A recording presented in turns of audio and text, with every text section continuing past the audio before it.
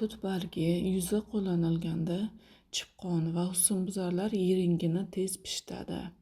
Ezilgan bargning bo'tqasini teridagi jarohatlarni, qizilcha, qichima, dermatitlarni davolashda qo'llaniladi. Barg kukuni yuza qo'llanilganda teridagi qadoq va yaralarni, zaytun yog'i bilan aralashtirib qo'llanilganda qattiq shishlarni davolaydi. Tut barglari bug'latilib, bo'g'im og'riqlariga qo'yilsa, shu o'rinda parhez tutilib, tut bargi qaynatmasi ichib turilsa, bo'g'im kasalliklarni davolaydi. Tut barglarining qaynatmasi tomoq shishi, o'tlardan zaharlanishda, jinnilik, plevrit, bel va jinsiy a'zolardagi og'riqlarda yordam beradi.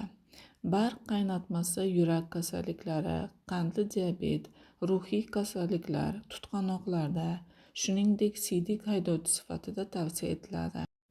Tut barglarini yomg'ir suvida qaynatib, sochlarni yuvilsa, sochlarni qoraytiradi. Tut bargining shirasi miokard distrofiyasida yaxshi natija beradi. Barglarning suvli damlamasi hatto 1:400 nisbatda ham yurak ishini stimullaydi. Depressiyaga qarshi ta'sir ko'rsatadi. Bargining damlamasi va qaynatmasi qondagi qand miqdorini kamaytiradi. Qandli diabetni davolashda, oldini olishda yordam beradi. Qandli diabetning asoratlarining oldini olishda, ayniqsa ko'zdagi asoratlarni, tomirlar reaktivligini yaxshilaydi. Tut bargi qondagi xolesterin miqdorini kamaytiradi, aterosklerozning oldini oladi. Tut bargini uzoq vaqt qabul qilish to'qimalarda yog' yig'ilishiga to'sqinlik qiladi. Oq tut bargi ekstrakti jigarning yog'li gepatozi va semizlikning oldini oladi hamda davolaydi. Oq tut bargi ekstrakti nafas yo'li yallig'lanishlarini davolaydi. Tut bargi organizmni ultrabinafsha nurlar ta'siridan himoyalaydi.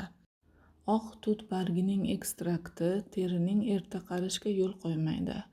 Atopik dermatitlarni davolaydi. Qizil tut bargining ekstrakti jismoniy chidamlilikni, harakat faollikni oshiradi, ruhiy holat va kayfiyatni yaxshilaydi. Tut bargining og'riq qoldirish xususiyati indometazin va morfinniki kabi ta'sir ko'rsatadi. Tut bargi buyraklarni zaharlanishdan himoyalaydi, o'smalarning rivojlanishiga to'sqinlik qiladi, surunkali kolitlarni davolaydi.